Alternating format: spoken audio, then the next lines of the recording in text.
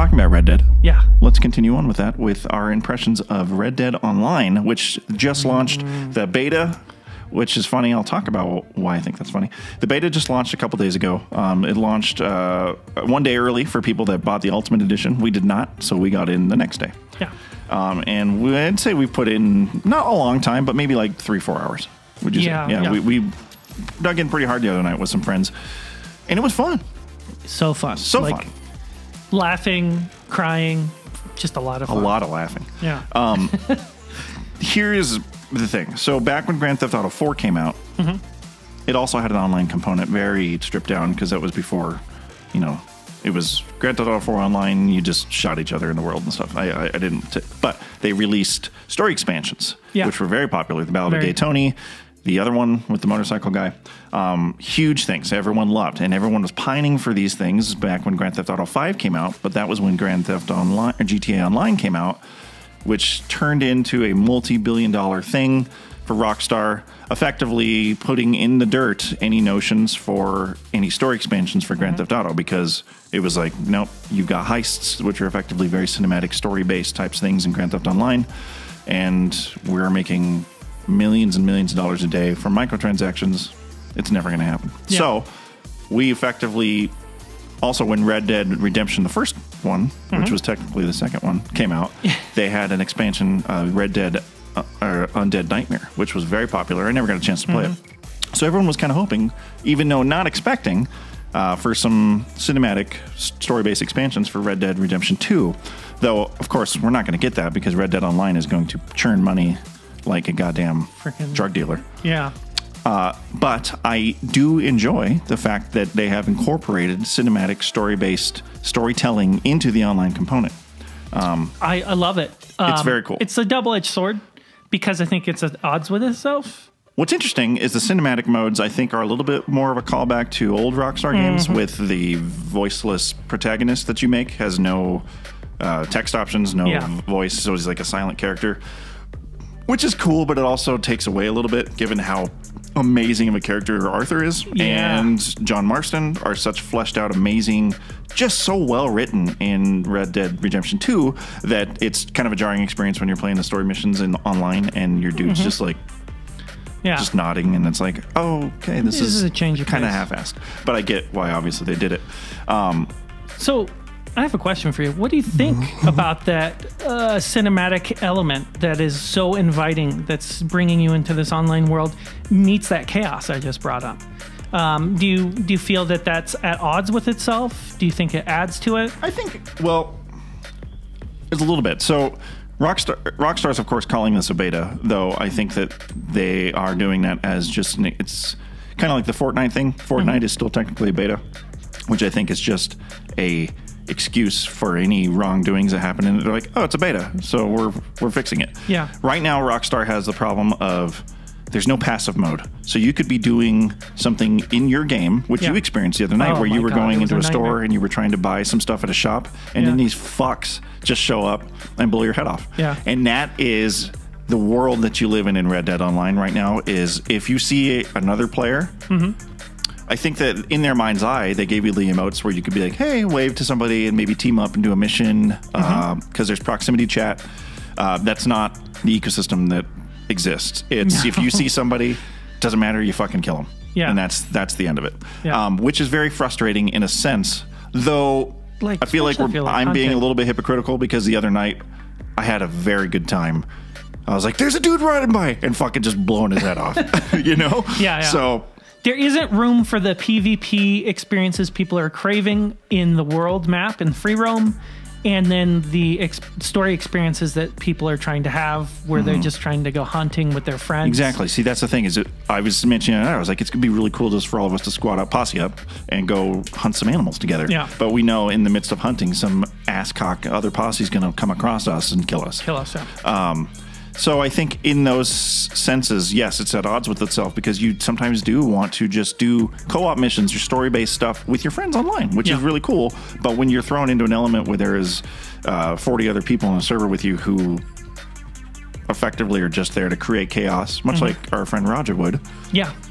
Which is fine. Yeah, but it's great, actually. There's a time and place for it. I think that right now it's missing the options to to curve that frustration. Like WoW, World of Warcraft. So in World of Warcraft, you kind of have to opt into a PvP experience. I wish that there was some mechanic to do that. Be like allow, maybe servers for chaos and servers for you and your pals. Yeah, and that's the thing of it. They will be like, we're in beta right now. It's coming. So it's like, fine, call it what you will, but it's a pretty fleshed out, like, call it beta, but there's achievements. There's trophies, on PlayStation. The microtransactions, the currencies are there. So you can call it a beta, but it's a pretty fucking fleshed out mode that is running full steam ahead, barring a few missing features that I think are important. Let's talk about those microtransactions. Oh boy. Or as people on Reddit are calling it, Microtransactions. You okay there, Black Lung? I think we're in a fucked up place with multiplayer games. And we've known this. We've talked about loot boxes, the controversy there. There's, of course, no loot boxes here, but this is a worse version, I think, that it's heading towards of Grand Theft Auto 5 with its microtransactions. Okay. So, for example, in story mode, there is a Cattleman revolver you can get $37. Online, it's $377 for the in-game online currency. Yeah. That money is a fucking grind, dog. So we played several multiplayer matches of PvP stuff, which we had fun with. But I was noticing post-match, I was getting like 0.2 nuggets and $2.50 cash, gold nuggets. The gold nuggets, so you get like a gold bar in your intro mission when you find that treasure chest, right? And then it says, get 100 nuggets to make a gold bar. And it's also another form of currency. The fucking grind is real for that kind of stuff in this game. And you know that it's going to be like, hey, buy for $10, buy, 2 gold bars or, something like that. And it's a new level of pay to play. Listen to this. Yes. Lay it on me, Gordy. So you want that gun, right? But the ammunition you use in special weapons, exactly. In PvP, you have to buy the ammunition with your money. So you're like going into the regular world and you're grinding and trying to kill freaking turkeys to make some money, to get some, you're looking for gold nuggets or whatever. And then, you get some griefers come along and kill you over and over again while you're trying to grind. So that you can buy ammunition, so you can play PvP, so that you can earn money, so that you can buy a better gun. But you got to buy that ammo, and then, in your game, you're like, well, I also want to move my camp. And so there's so many, you're attacked on so many fronts with little potential for them to milk money. Horses are an exponentially large cost. And then if you buy too many horses, you have to pay to have a larger stay to house them and stuff. They are going to nickel and dime kids and their parents' credit cards. People that like we'll probably be able to pay. It's true. I say this now. I'm like, we'll be able to play passively and just enjoy it and probably not have to spend a lot of money. But I also thought that I would be able to do that with Fortnite. But then here I am, like $200 later, with all these fucking skins that do nothing for me. We also have the advantage of playing at the beginning. If you pick this game up 3 months down the road and people have had time to grind. Oh, yeah. They're going to have bought and purchased and paid actual real money for those really good guns. Those Lancaster repeaters that are going to blow off your arm in one shot. And they'll be able to take those into the multiplayer modes and give them a competitive advantage, which is effectively, as you say, pay to win.